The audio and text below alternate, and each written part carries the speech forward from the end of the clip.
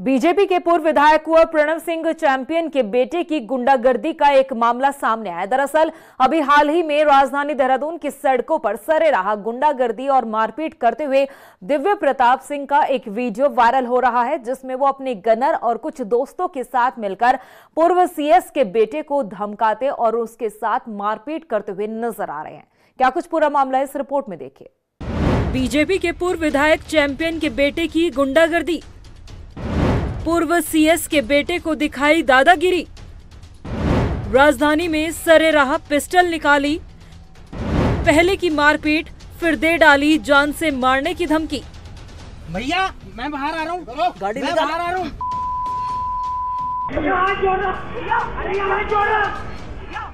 उत्तराखंड की राजनीति में बीजेपी के पूर्व विधायक कुंवर प्रणव सिंह चैंपियन, जिनका विवादों से पुराना नाता है, वो एक बार फिर से चर्चाओं में हैं, मगर इस बार बेटे की वजह से। दरअसल चैंपियन के बेटे दिव्य प्रताप सिंह ने राजधानी देहरादून में खुलेआम कानून व्यवस्था की धज्जियां उड़ाई है। पुलिस वाले भाग रहे हैं ना, उसके पीछे कौन है? हाँ आने दो। कौन है ये? हाँ भैया ये गाली मत देना। ओ भैया निकाल लो। भैया मैं बाहर आ रहा, भैया मैं बाहर आ रहा, भैया मैं बाहर आ रहा हूँ, गाड़ी में बाहर आ रहा हूँ, गाड़ी निकालो। भैया मैं बाहर आ रहा हूँ, रुको। ये मामला राजपुर रोड के पैसिफिक मॉल के पास का है।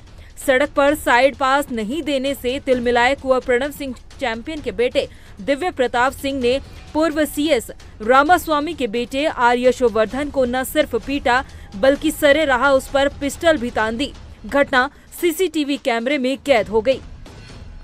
इस वीडियो में ऑरेंज जैकेट पहने, हाथ में पिस्टल लिए कुंवर प्रणव सिंह चैंपियन के बेटे दिव्य प्रताप सिंह, जिसकी अपनी कोई पहचान नहीं, लेकिन पिता का टैग पूर्व विधायक का है और नाता सत्तारूढ़ दल बीजेपी से है, तो बेटे के तेवर भी सातवें आसमान पर साफ तौर पर दिखाई दिए।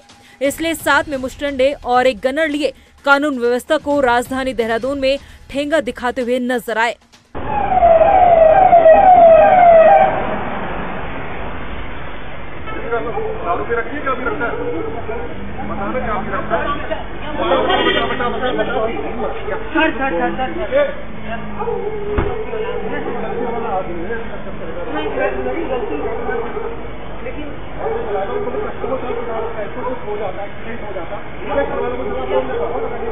पूर्व सीएस के बेटे की सॉरी की आवाज इन गुंडों के कानों तक नहीं पहुंची, तब भी बुरी तरह पीटने के बावजूद यशवर्धन हाथ जोड़कर माफी मांगता रहा, सॉरी बोलता रहा, लेकिन दिव्य प्रताप सिंह कुछ सुनने को तैयार नहीं हुआ।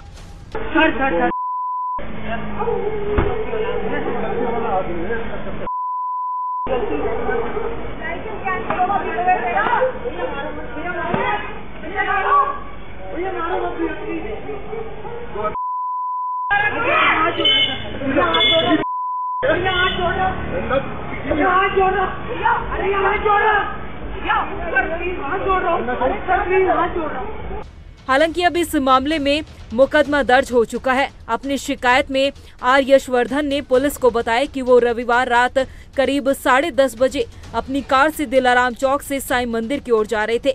पैसिफिक मॉल के पास उन्हें एक लैंड क्रूजर कार ने ओवरटेक करने की कोशिश की, लेकिन सड़क संकरी होने के कारण वो रास्ता नहीं दे पाए। इसी दौरान पीछे वाला कार चालक हूटर बजाता रहा। साइड नहीं देने पर चैंपियन के बेटे ने उनकी गाड़ी पर पीछे से जोरदार टक्कर मारी। रोड साइड रुकी उनकी गाड़ी से उन्हें जबरन बाहर खींचा गया, उन्हें जमीन पर गिराकर पीटा गया। जब भीड़ बढ़ी तो आरोपी रफू चक्कर हो गए। आज 14 तारीख की रात्रि को थाना राजपुर पर शिकायत मिली थी, जिसमें कंप्लेनेंट है श्री यशोवर्धन जी और उनके साथ एक टैक्सी में जा रहे थे। उनके द्वारा शिकायत दी गई कि जब वो राजपुर रोड पर जाखन क्रॉस कर रहे थे तो वहाँ पर एक गाड़ी जो है एक एसयूवी गाड़ी और एक इसके पीछे जो है एक स्कॉर्पियो बोलेरो गाड़ी थी, जिसके द्वारा सायरन बजा के उनको ओवरटेक किया गया था। और ओवरटेक करने के बाद आगे उस गाड़ी को रोककर ड्राइवर के साथ गाली गलौज मारपीट की गई और एक वेपन निकाल के उसको धमकाया गया था।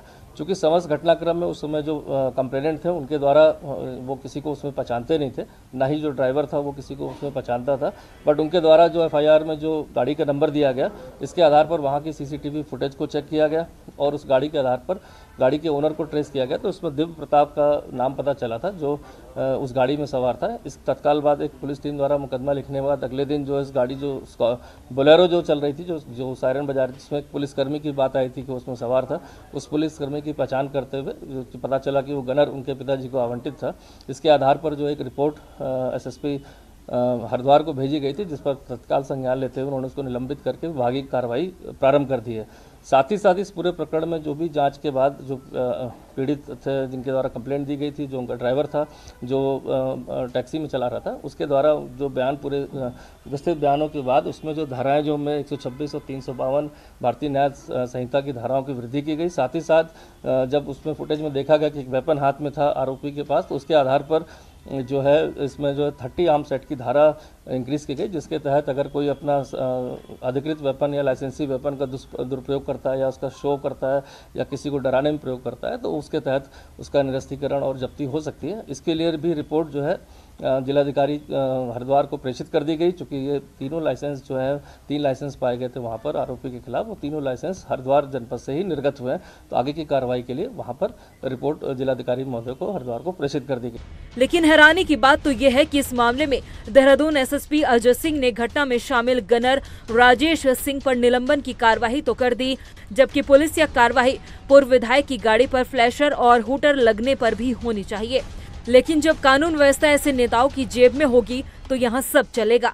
अब तक की हुई कार्रवाई तो ये बताती है कि पुलिस पर दबाव ऊपर से है। ऐसे में इस मामले का खुलासा हो पाना मुश्किल लगता है, क्योंकि पुलिस या नियम तो सिर्फ आम जनता पर लागू होता है। रफ्तार मीडिया के लिए देहरादून से हिमांशु चौहान के साथ ब्यूरो रिपोर्ट।